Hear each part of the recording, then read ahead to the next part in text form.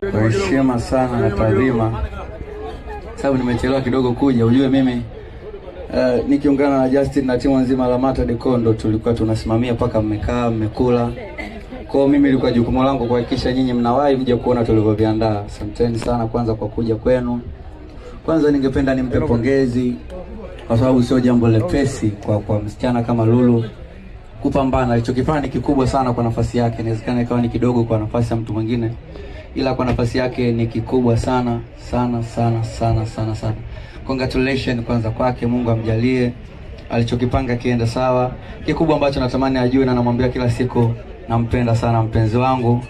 Mungu amjalie ajifungue salama. Mungu ajalie tulipanga ndoa yetu iwe.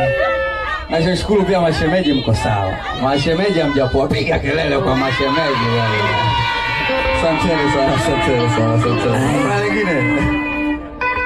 Hauna lolote? Sijajua kama kuna lolote. Kuna lolote? Mr. LG. Kuna vitu mimi nataka nikwambie, lakini naogopa utaniona kama hivi.